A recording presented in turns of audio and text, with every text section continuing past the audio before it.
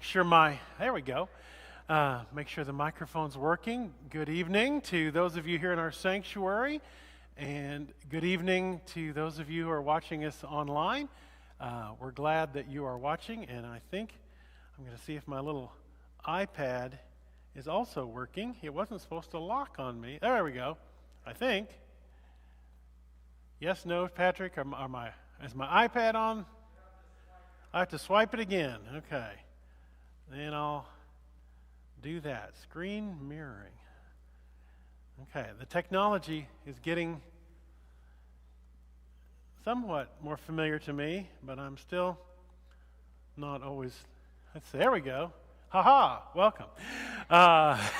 Those of you at home, we're getting ourselves set technologically. If you're watching us live, welcome. If you're watching us later in the evening, later in the week, later in the month, whenever you're watching, we are continuing to look at the story of David. And I always like to give us a brief recap and remind us where we were last time. We've been following this seesaw cat and mouse game between Saul and David for a couple of weeks.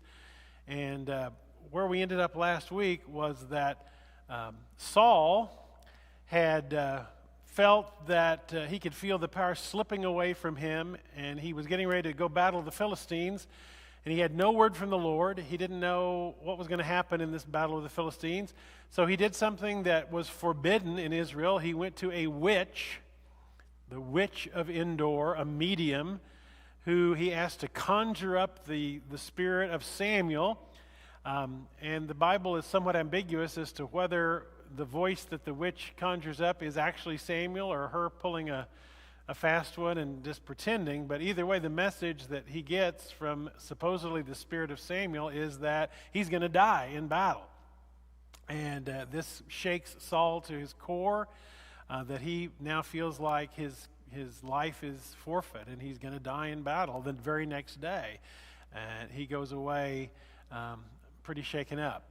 Meanwhile, talking about the Philistines, David had gone into hiding among the Philistines. And if you remember where he ended up, this is the second time he'd gone to hide from Saul among the Philistines. The first brief time he did it by himself, he feigned madness to have a safe haven. This time he has several hundred men with him, and he goes and offers himself and his men as mercenaries to the Philistines. And he basically deceives the Philistines that he is now on their side and that he will fight against his own countrymen in Judah and Israel. And he keeps bringing back plunder from raids that he tells the Philistines he's raiding Judah. That's where he's getting the plunder. But in reality, that's not what he is doing. He is raiding other people, especially the Amalekites, who are enemies to both Philistine and Israel, because the Amalekites are nomadic people who made their living by terrorizing and plundering and invading other settled people like people in Judah and Israel and Philistia, the Philistines. So David has fooled the Philistines into believing that he's on their side and willing to betray his own countrymen, when in reality he has only been raiding a common enemy and bringing back the plunder from that. So that sets up where we are now. So at the end, David was told by the king of the Philistines, at least the city that he's been over, Kish. He tells David, we're going to go fight the Israelites, and you and your men are going to come with us and fight with us against Israel. And where we left it last week is David really going to be willing to do that? How's he going to get out of fighting against his own people when he's been ducking that and lying about it? So we pick it up with chapter 29 of 1 Samuel. And it says in 29:1, the Philistines gathered all their forces at Aphek, and Israel camped by the spring in Jezreel. As the Philistine rulers marched with their units of hundreds and thousands, David and his men were marching at the rear with Achish. The commanders of the Philistines asked, what about these Hebrews? they see that part of their group are these Hebrews, these men of Israel and Judah, and they're like, why in the world do we have these guys with us? Why are they marching with us? What's going on there? Achish replied, is this not David, who was an officer of Saul the king of Israel? He's already been with me for over a year, and from the day he left Saul until now, I've found no fault in him. But the Philistine commanders were angry with him and said, send the man back, that he may return to the place you assigned him. He must not go with us into battle, or he'll turn against us during the fighting.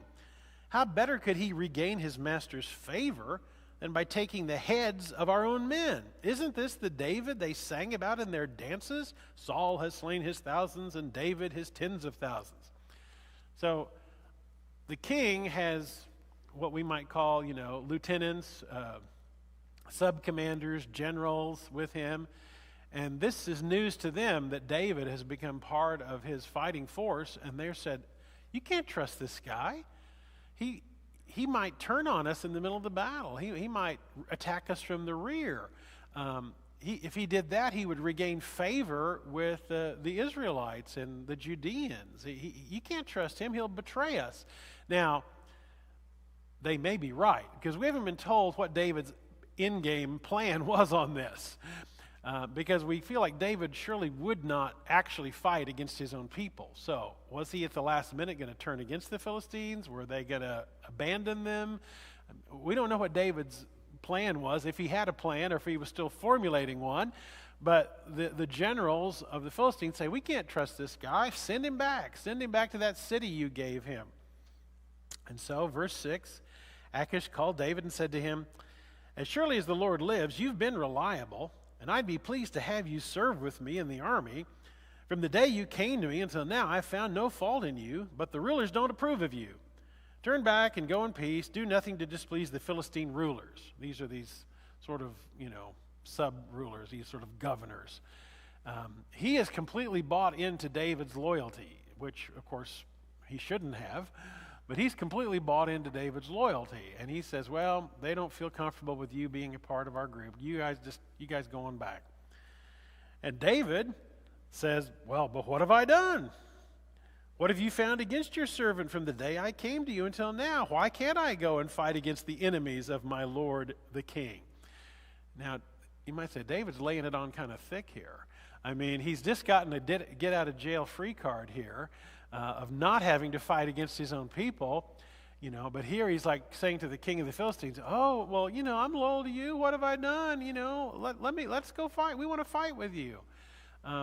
Which I would assume he is just doing that to continue to fool the king of the Philistines about his loyalty. He's probably inside breathing a sigh of relief that he doesn't have to go fight against his own people. But on the surface, he's like, oh, come on, I'm loyal. Let me go fight with you. And the king says in verse 9, I know that you've been as pleasing in my eyes as an angel of God. Nevertheless, the Philistine commanders have said, he must not go up with us into battle. Now, get up early along with your master's servants who've come with you, and leave in the morning as soon as it's light. So he's like, see you later. So David, okay, as much as I wanted to fight with you, we'll leave. So David and his men got up early in the morning and go back to the land of the Philistines, and the Philistines went up to Jezreel. Now, the Philistines and the Israelites have gathered to go have this big battle. But in doing so, they have left some of their own territory and their own cities and their own towns unguarded as they go to fight each other. And remember, I said the Amalekites are enemies to both. This isn't like where everybody's on one side or the other. You got a three-way triangle here, Israel versus the Philistines, but the Amalekites are against both of them, raiding both of them, plundering both of them, not because of so much as a grudge match or hatred, just for pure plunder, for pure economic gain. So, over in chapter 30, we find out David and his men reached Ziklag on the third day. This is the place that the Philistines had given David and his men sort of as a place to hang out and live and eat raid from, and for David's purposes, to get out of Saul's sight. Now the Amalekites had raided the Negev and Ziklag. Remember, while they're fighting each other, the Amalekites have come in and raided the town where David and his men had been camping. This is the Amalekites, they had attacked Ziklag and burned it, and had taken captive the women and all who were in it, both young and old. They killed none of them, but they carried them off as they went on their way.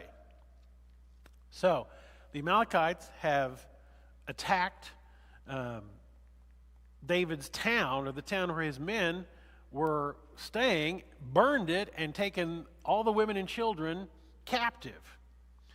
When David and his men came to Ziklag, they found it destroyed by fire, and their wives and sons and daughters taken captive.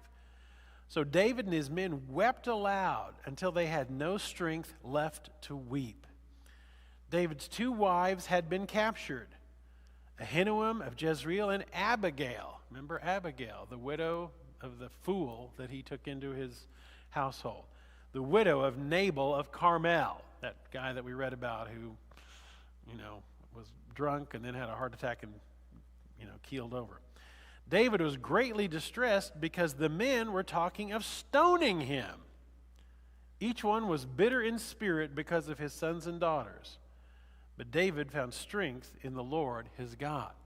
So some of David's 600 men, when they get back and they find that their wives and children have all been taken captive, probably to be sold into slavery or perhaps even killed, the men turn on David and are thinking, this is all your fault. You're the one who got us into that. And suddenly their loyalty to David seems to be in jeopardy.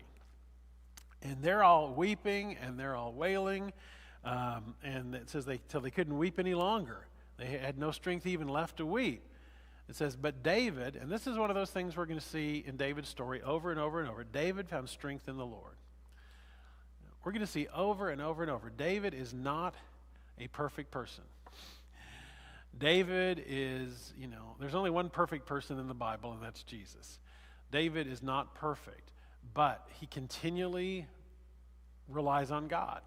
He continually turns to God. And so it says he goes to the priest, verse 7. David says to Abiathar the priest, remember this is one of the priests that has become part of David's entourage, is traveling with these men. And this priest is the son of Ahimelech, which is part of that priestly family. Bring me the ephod. And if you remember, this is when we talked about how did they sometimes try to determine the will of God. It was this priestly garment that had these stones that would be sort of like dice of some kind, we think, that they would cast these stones to try to get an answer. And not to be kind of silly about it, but it would, like a magic 8-ball. I mean, what's the answer that we're looking for here? So he says, bring me the ephod. And they brought it to him. And David inquired of the Lord, shall I pursue the raiding party? Will I overtake them? Pursue them, he answered. You will certainly overtake them and succeed in the rescue. So now they got to go find their wives and their children. And these Amalekites who have captured them in their absence. So, verse 9, chapter 30, verse 9. David and the 600 men with him came to the Besor ravine, where some stayed behind, for 200 men were too exhausted to cross the ravine. But David and 400 men continued the pursuit. All right, so 200 stay behind, 400 keep following, trying to find wherever they take, because remember, the Amalekites don't have a settled town. It's not like, well, we'll just go to the Amalekite town. They're nomads. They travel from place to place, so finding them is not like, well, show me to Amalekite city. No, they have to find where they're camped that day. It's not that easy to find them. So how are we going to find them, and how are we going to find our families? They found an Egyptian, verse 11. They found an Egyptian in a field and brought him to David. They gave him water to drink and food to eat, part of a cake of pressed figs and 2 cakes of raisins. He ate and was revived, for he had not eaten any food or drank any water for 3 days and 3 nights. So out in the middle of the wilderness, out in the middle of the desert, they find an Egyptian. And David says to him, verse 13, "To whom do you belong, and where do you come from? Who are you?" And the fellow says, "I'm an Egyptian, the slave of an Amalekite." Okay, so he's not an Amalekite himself. He is a slave of an Amalekite. "My master abandoned me when I became ill 3 days ago. We raided the Negev of the Kerethites and the territory belonging to Judah and the Negev of Caleb, and we burned Ziklag," which is what we already know. This is what this raiding party had done. And he was a slave who was part of this raiding party. And David says, "Can you lead me down to the raiding party? Can you tell us where we can find the Amalekites, our wives, our children? Can you lead us there?" And the fellow says, "Well, swear to me before God that you will not kill me or hand me over to my master, and I'll take you down to them." This guy's like, "Well, I will tell you, I'll lead you there, but you got to promise not to kill me or hand me back over to the Amalekites, because they'll kill me." And so David promises, and it says he led David down, and there they were. They, meaning the Amalekites, there they were, scattered over the countryside. Remember, they're nomads, eating, drinking, and reveling because of the great amount of plunder they had taken from the land of the Philistines and from Judah. Remember, while the Philistines and the Israelites and the people of Judah were gathered to have their big battle, leaving their own towns unguarded, the Amalekites had pillaged both. David fought them from dusk until the evening of the next day, and none of them got away except 400 young men who rode off on camels and fled. David recovered everything the Amalekites had taken, including his 2 wives. Nothing was missing, young or old, boy or girl, plunder or anything else they had taken. David brought everything back, which for some reason reminds me of when the Grinch stole Christmas, and it says he brought everything back. You know what I'm talking about? He brought all the stuff back to Whoville. I don't know why that's the phrase. He brought it all back. So he brings everything back. He took all the flocks and herds, and his men drove them ahead of them. And the life is saying, this is David's plunder. Because remember, not only now do they have plunder taken from Judea, mainly the plunder they have is from Philistia. Mainly this plunder is Philistine plunder.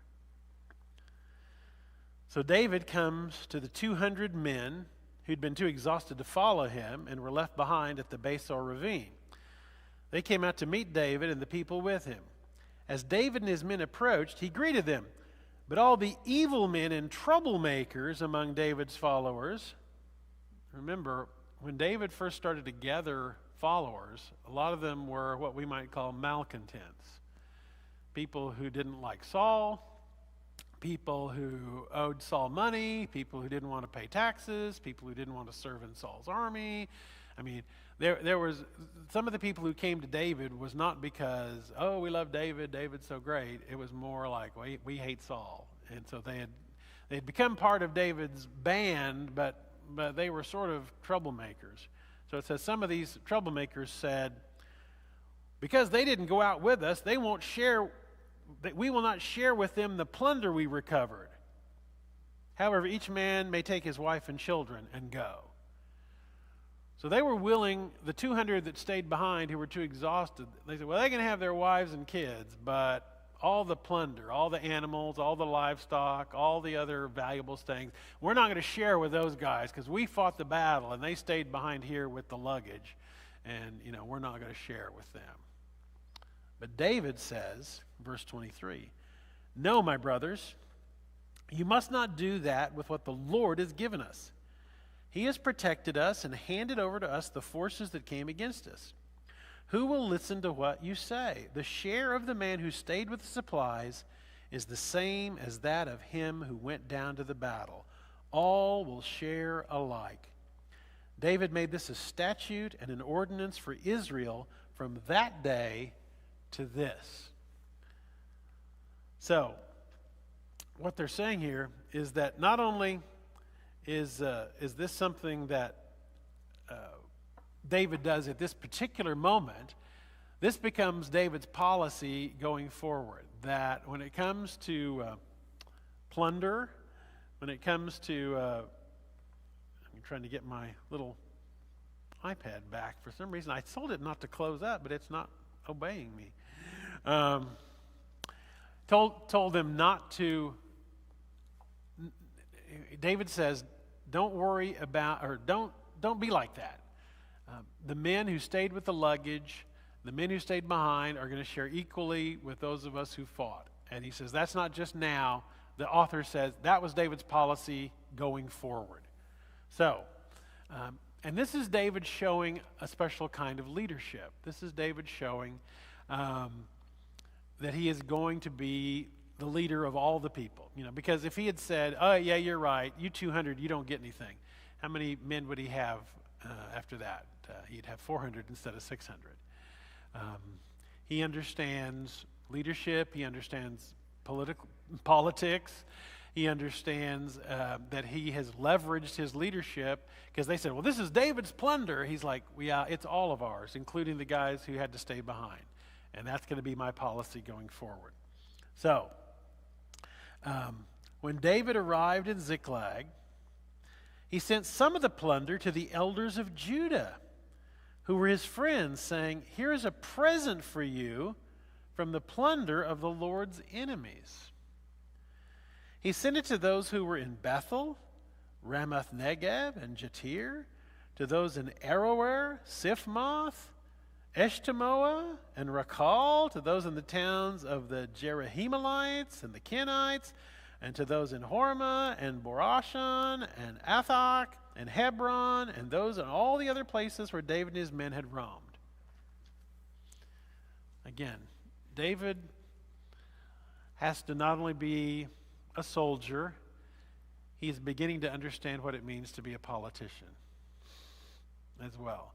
Because he and his men, you remember, have been all over Judea, and many of these towns, because David himself is of that tribe, many of these people have helped David along, giving him supplies, giving him food, feeding his men, giving them access to water wells, on and on and on.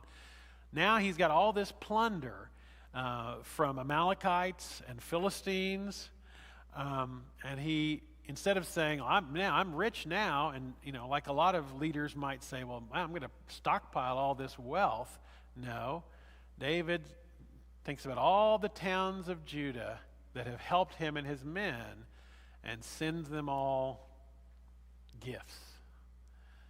You can see where this is going to pay off down the road. Because remember, David has been promised years and years ago, you're going to be the king. You're going to be the king of Israel.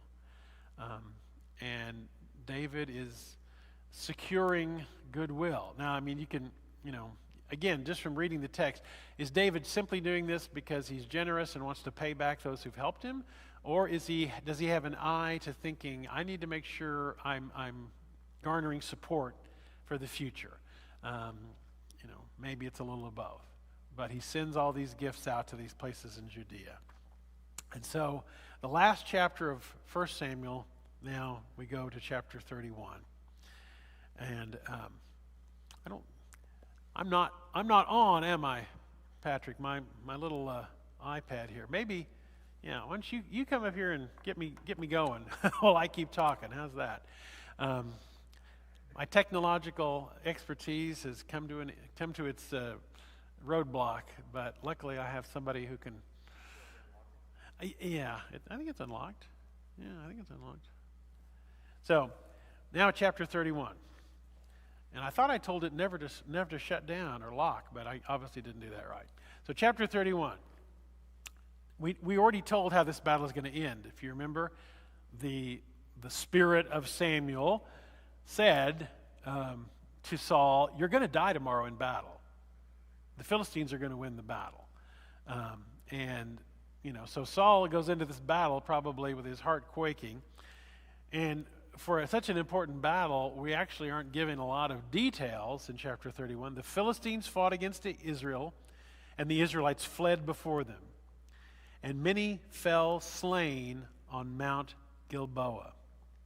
The Philistines pressed hard after Saul and his sons, and they killed his sons, Jonathan, Abinadab, and Malchishua. The fighting grew fierce around Saul, and when the archers overtook him, they wounded him critically. So again, for such a big battle, we're just told, well, the Philistines won, and 3 of Saul's sons are killed, including, of course, Jonathan, David's closest friend. And now they're closing in on Saul himself. Okay?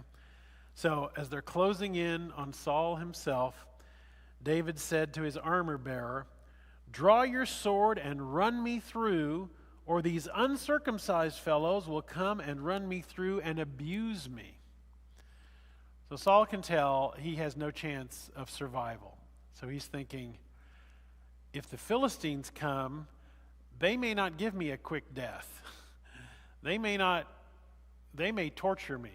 They may, and they may then do all kinds of things to my corpse. I mean, he's realizing that he needs to die now rather than leave himself at the mercy of the Philistines, who would take this opportunity to probably inflict great pain on him before letting him die.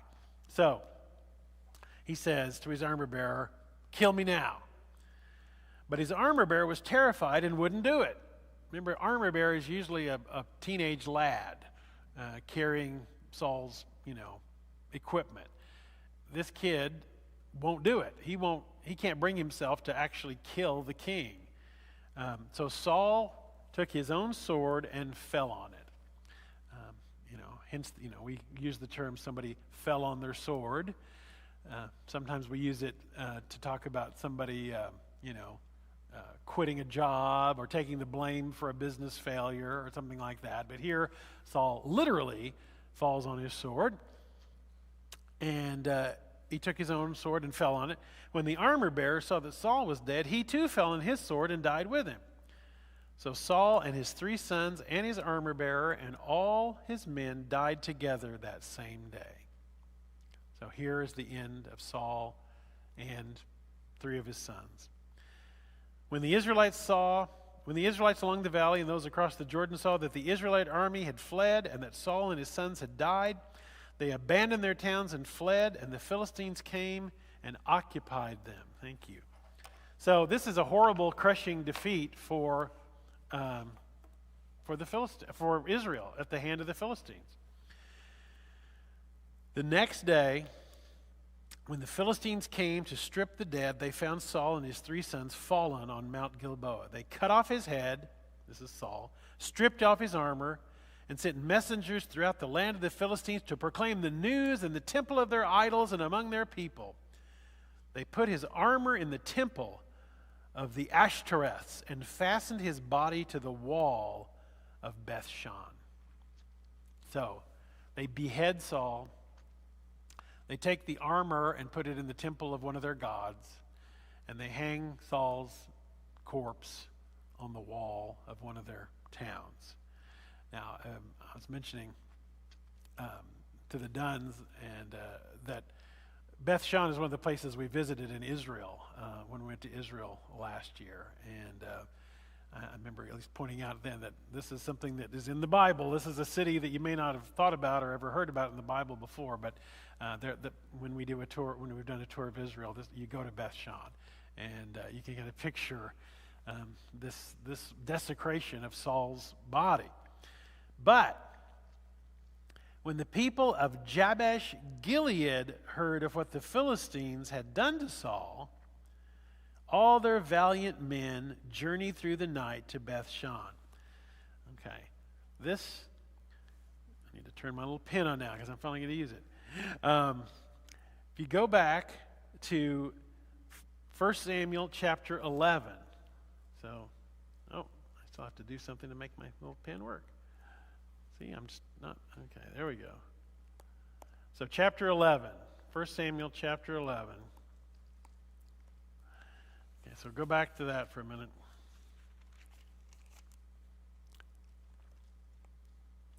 Well, it's not showing up on the screen, is it? Welcome again. Okay, well, I'm writing, but it ain't doing anything. 1 Samuel chapter 11.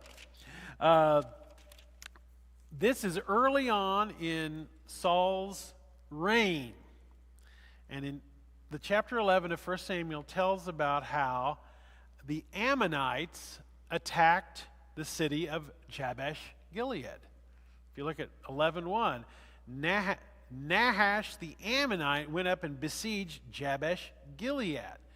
And then it goes on and talks about how Saul hears about this, and jumping down to 11:9, he told the messengers who'd come, "Say to the men of Jabesh Gilead, by the time the sun's hot tomorrow, you'll be delivered." And Saul brings forces and drives out the invaders. As a matter of fact, here at 11:11, the next day Saul separated his men into 3 divisions. During the last watch of the night, they broke into the camp of the Ammonites and slaughtered them until the heat of the day, and those who survived were scattered. No 2 of them were left together. And this is right before Saul is actually confirmed as king. I just don't think it doesn't want to help me tonight. So why is that important? Because who then comes to rescue or to retrieve the body of Saul? The men of that town. The men of that town, Jabesh Gilead, never forgot that Saul was the one who rescued them. And so when they hear that his body is hanging in a Philistine town, the men of that town remembered, well, years ago Saul came to our rescue. So it says, when they heard about it, the people of Jabesh Gilead heard of what the Philistines had done to Saul. All their valiant men journeyed through the night to Bethshan. They took down the bodies of Saul and his sons from the wall of Bethshan and went to Jabesh, where they burned them. Then they took their bones and buried them under a tamarisk tree at Jabesh, and they fasted for 7 days. So, it just shows you that, Saul, even though he was, by the end, a wreck, there were people in Israel who still remembered his valiant deeds, because Saul was a good warrior. He was a valiant soldier.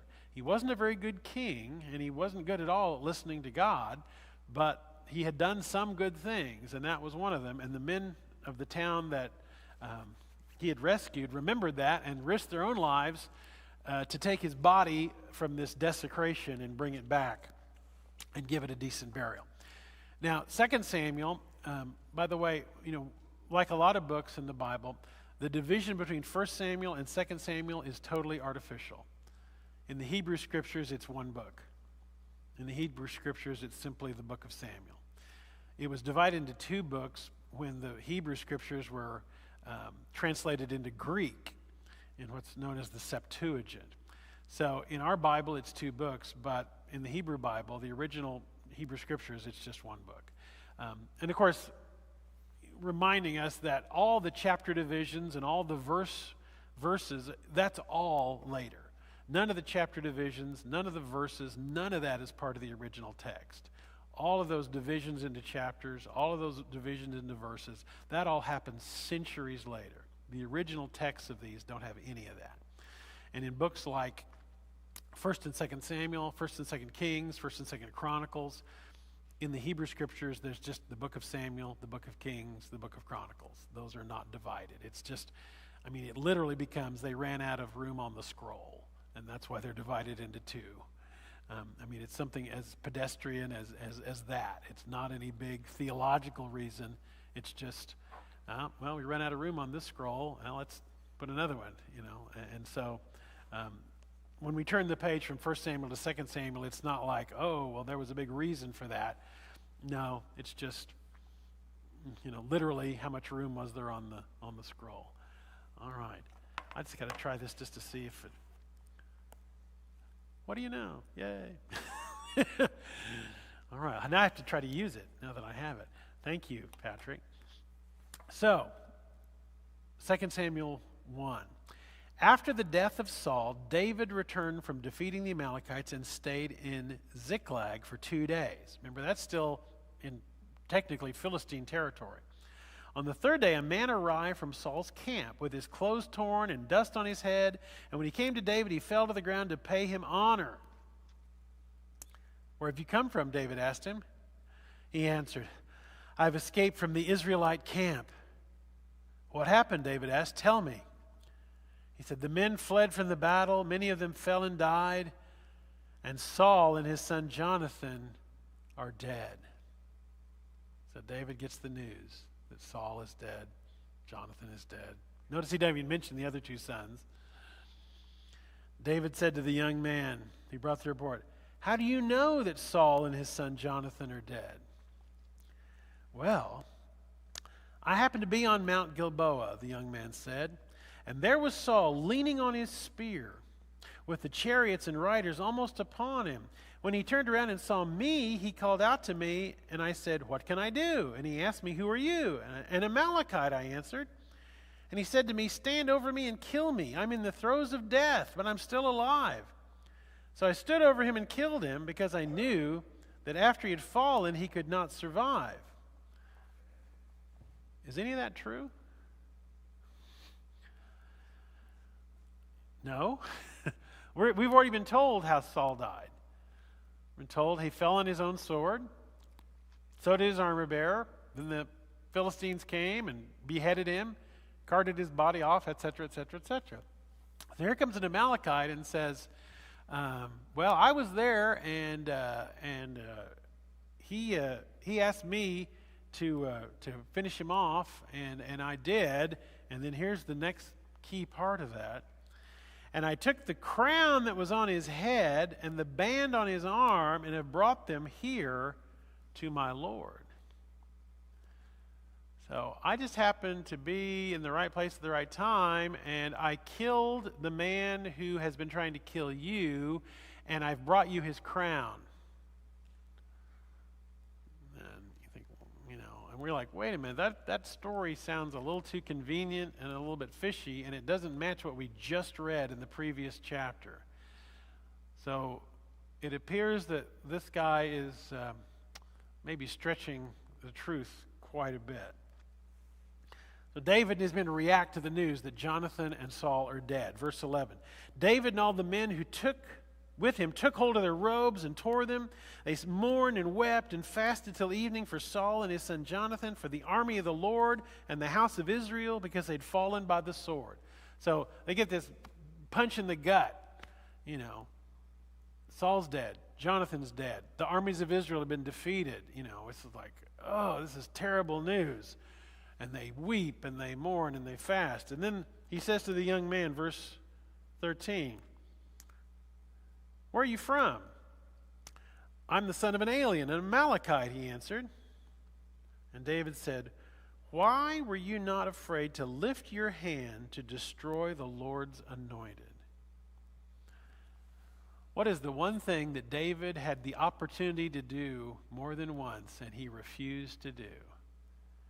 Kill Saul. And he always said, "Who am I to kill the Lord's anointed? Who am I to do that?"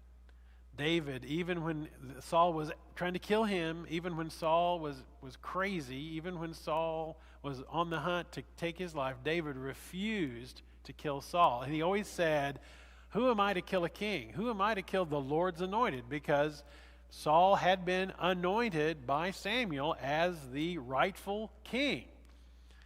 And so he says to this Amalekite, "What made you think you could kill a king?" Now we might say, well, at least according to the story, it was a mercy killing. It was euthanasia. It was, he was putting him out of his misery if we were trying to advocate for this young Amalekite.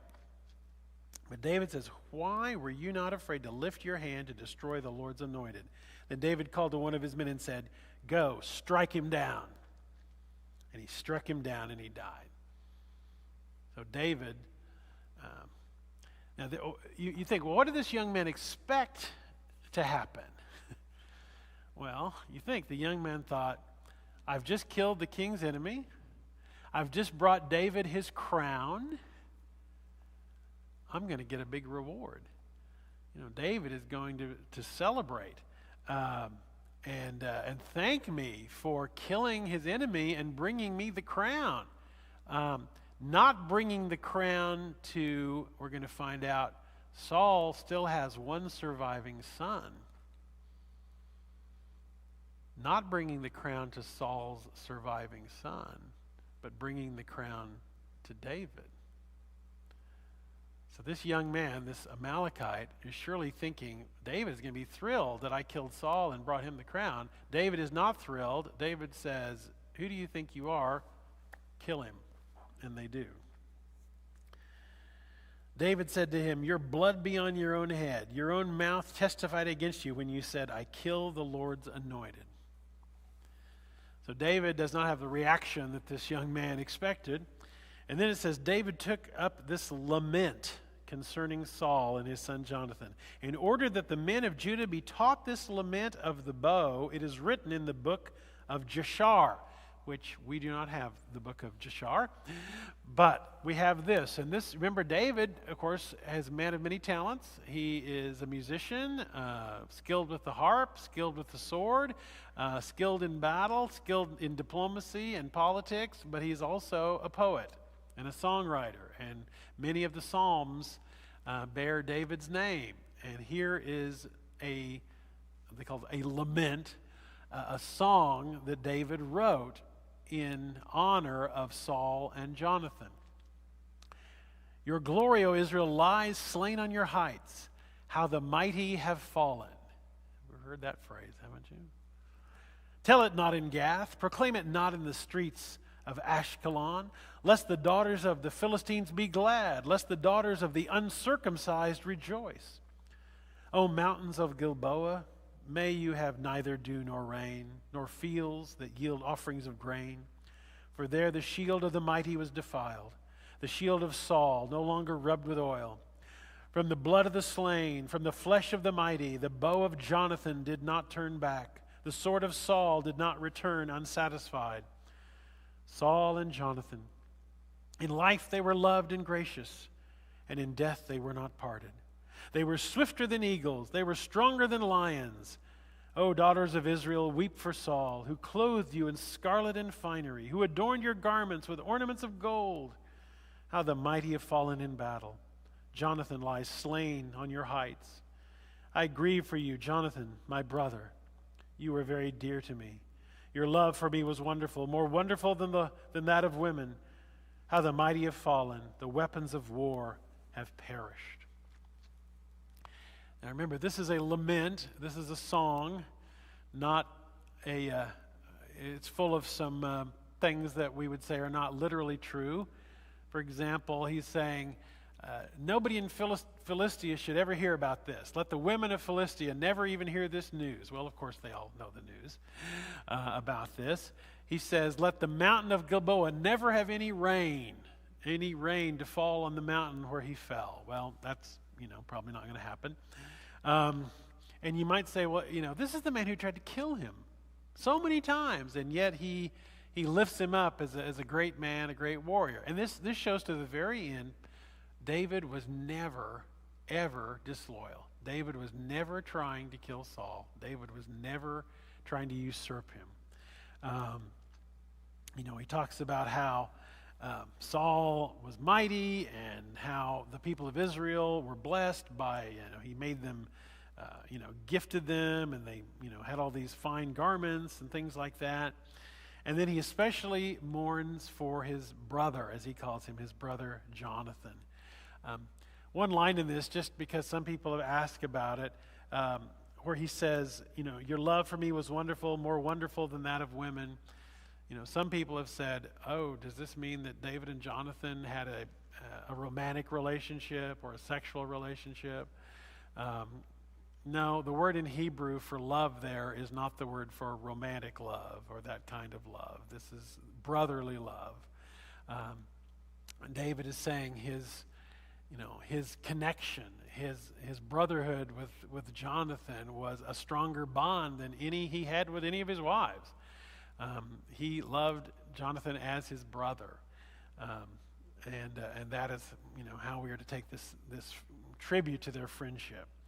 So, Saul is now dead. And we think, well, is now David finally going to be the king over everyone and everything? Well, not yet. It says, remember, he's still in Philistine territory. He's in Ziklag. It says, chapter 2, in the course of time, David inquired of the Lord, shall I go up to one of the towns of Judah? Judah, remember, David is from the tribe of Judah. His hometown is Bethlehem. Shall I go back into my home tribe of Judah? And the Lord said, go up. And he said, where shall I go? To Hebron. So David went up there with his 2 wives, Ahinoam of Jezreel and Abigail, the widow of Nabal of Carmel. David also took the men who were with him, each with his own family, and they settled in Hebron and its towns. And the men of Judah came to Hebron, and there they anointed David king over the house of Judah. So the men of Judah come to David and say, we want you to now be our king. But only that tribe, only the tribe of Judah. Now, Judah is the largest of the tribes of Israel, but it is only one tribe. So David at this point becomes king of Judah, but Judah only. It says, when David was told that it was the men of Jabesh Gilead who had buried Saul, he sent messengers to the men of Jabesh Gilead to say this to them, the Lord bless you for showing this kindness to Saul your master by burying him. May the Lord now show you kindness and faithfulness, and I too will show you the same favor because you've done this. Be strong and brave. Saul your master is dead, and the house of Judah has anointed me king over them. Now, these men of Jabesh Gilead, they're not part of Judah. They're to the north. But David still sends his regards and his thanks to them for what they did for Saul. Now, you might think, okay, well, now the path is clear for David to be the king of all Israel. Well, no, not yet. Meanwhile, Abner, son of Ner, remember, Abner means Ner is my dad. Abner, son of Ner, the commander of Saul's army, had taken Ishbosheth, son of Saul, and brought him over to Mahanaim. He made him king over Gilead, Ashuri, Jezreel, and Ephraim, and Benjamin, and all Israel. So Abner, Saul's general, gets the one son of Saul that's still alive, Ishbosheth, and says, here is the new king of Israel, the remaining son of Saul. Ishbosheth, son of Saul, was 40 years old when he became king over Israel, and he reigned 2 years. The house of Judah, however, followed David. The length of time David was king in Hebron over the house of Judah was 7 years and 6 months. Now, those two numbers may not add up. We'll talk about that later.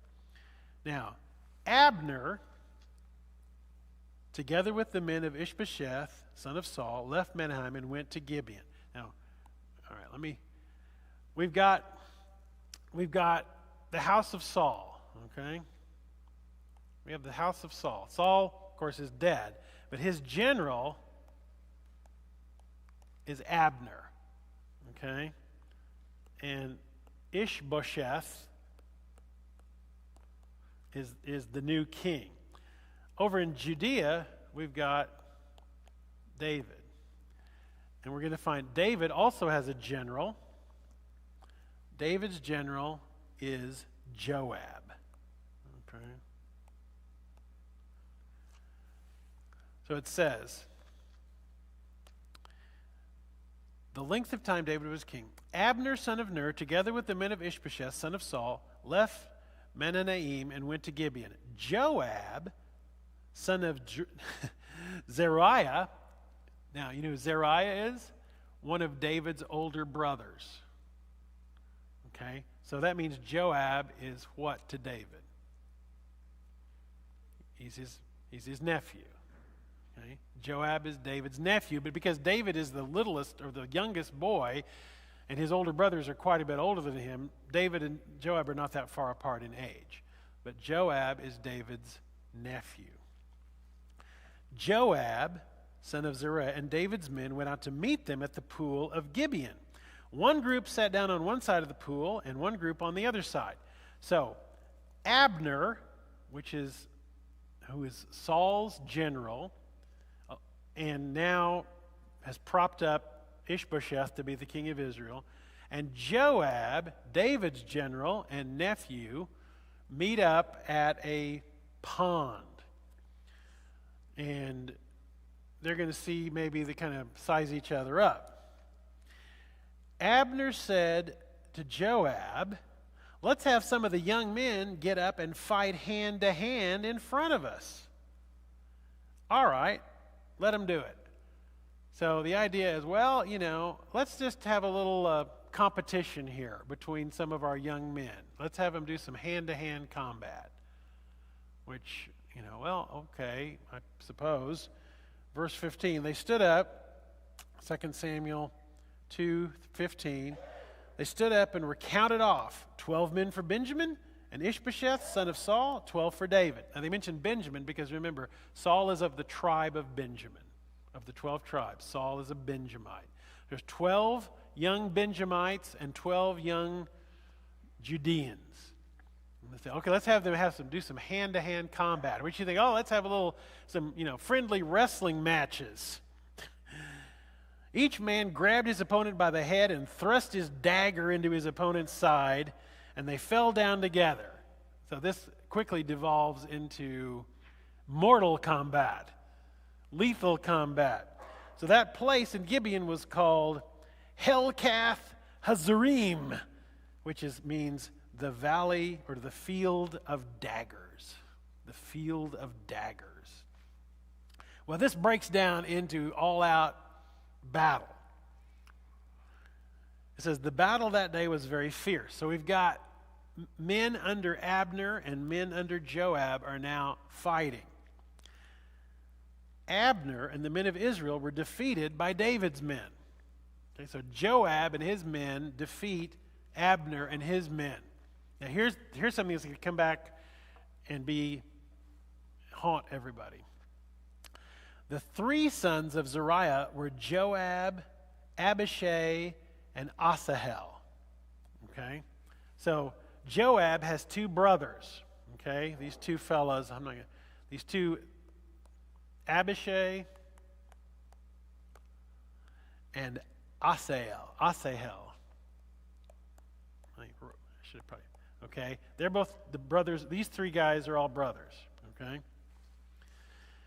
Now Asahel was as fleet-footed as a wild gazelle. He chased Abner here. He chased Abner,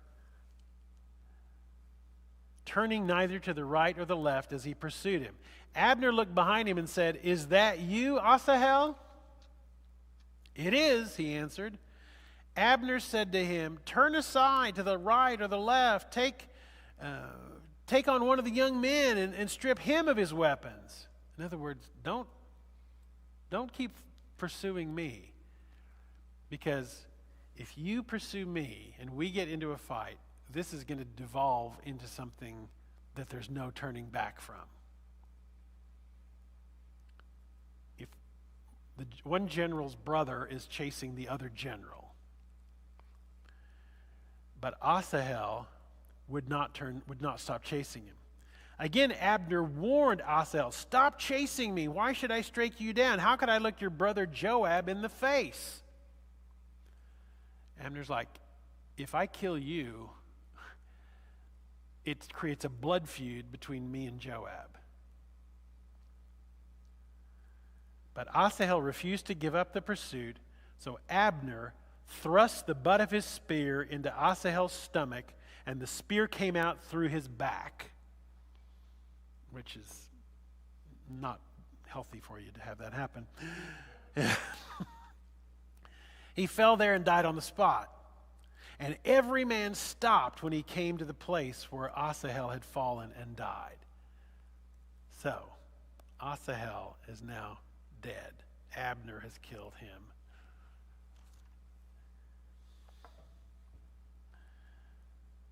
But Joab and Abishai pursued Abner. And as the sun was setting, they came to the hill of Ammah near Giah on the way to the wasteland of Gibeon. Then the men of Benjamin rallied behind Abner, and they formed themselves into a group and took their stand on top of a hill. And Abner called out to Joab, the two generals. Abner called out to Joab, "Must the sword devour forever? Don't you realize that this will end in bitterness? How long before you order your men to stop pursuing their brothers? This is going to turn into full-scale civil war if we don't put an end to this." Joab answered, "As surely as God lives, if you hadn't spoken, the men would have continued the pursuit of their brothers until morning."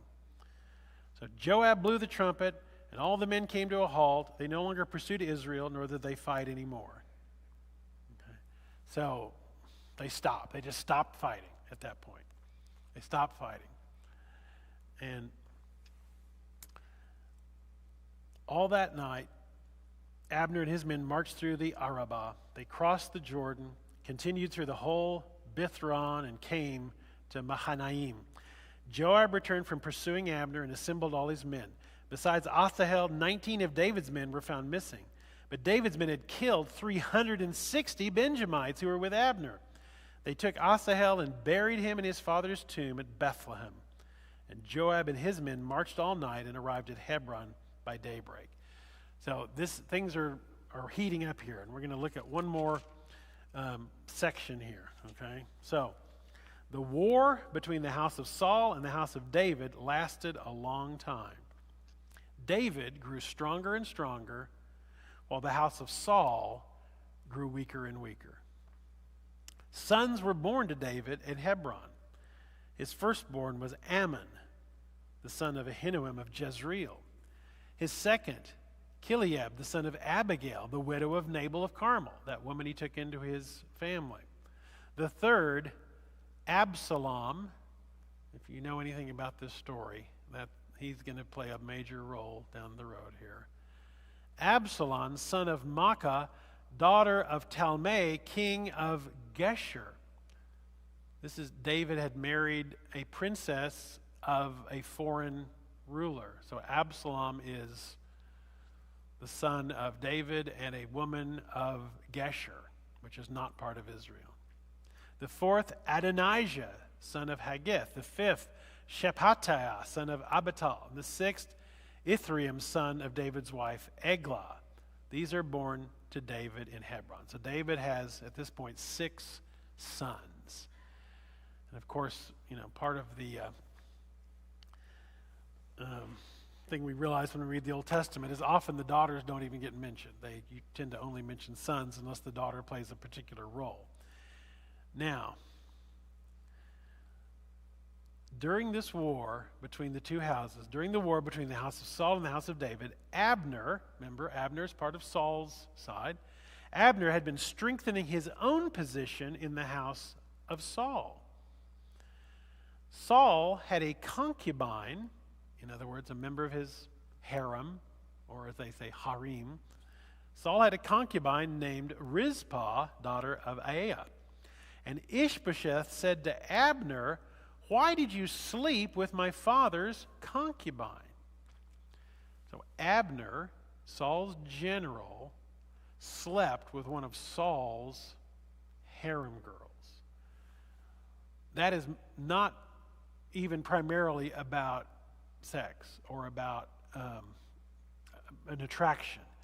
It is when a king has died, or when a king is in exile, or to sleep with someone who belongs to the king, to sleep with a member of the king's harem, is to make a claim that you are now taking his place. So for Abner to sleep with one of Saul's concubines is a political move. And Ishbosheth, this last remaining son of Saul, realizes that Abner is not just content with being his general. Abner has other bigger plans in mind. So he says to Abner, "Why did you sleep with my father's concubine?" Abner was very angry because of what Ishbosheth said, and he answered, Am I a dog's head on Judah's side? This very day I'm loyal to the house of your father Saul and to his family and friends. I haven't handed you over to David. Yet now you accuse me of an offense involving this woman? May God deal with Abner, be it ever so severely, if I do not do for David what the Lord promised him on oath, and transfer the kingdom from the house of Saul, and establish David's throne over Israel and Judah from Dan to Beersheba."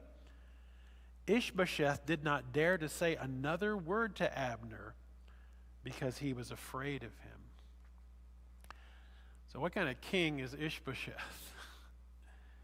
He is a puppet king. He is a weak king. Abner is the real power here. And he has been using this last remaining son of Saul to give legitimacy. But you can tell Abner is angling for his own place. And Ishbosheth, when he says, "Why'd you sleep with my dad's harem girl?" And Abner's like, you're gonna argue with me over a woman, over a harem girl? And Ishbosheth's like, "Oh, okay, never mind." Because Ishbosheth's afraid of him. And Abner sent messengers on his behalf to say to David, "Whose land is it? Make an agreement with me, and I'll help you bring all Israel over to you." Well, Abner sees which way the wind is blowing, and Abner says, "I'm going to switch sides.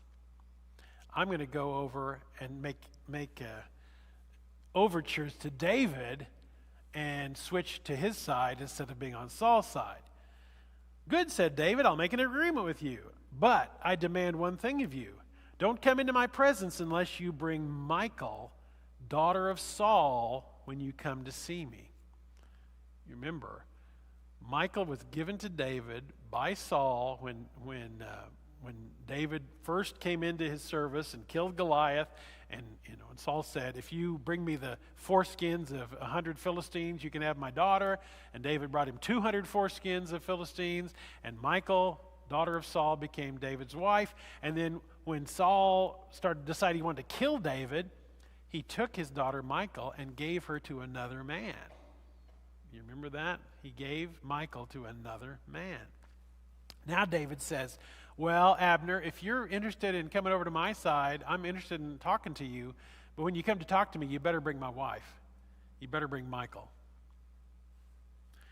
And David sent messengers to Ishbosheth, son of Saul, demanding, "Give me my wife Michal, whom I betrothed to myself for the price of 100 Philistine foreskins." So Ishbosheth gave orders and had her taken away from her husband Paltiel, son of Laish. Her husband, however, went with her, weeping behind her all the way to Baharim. So I don't know if you feel sorry for this guy.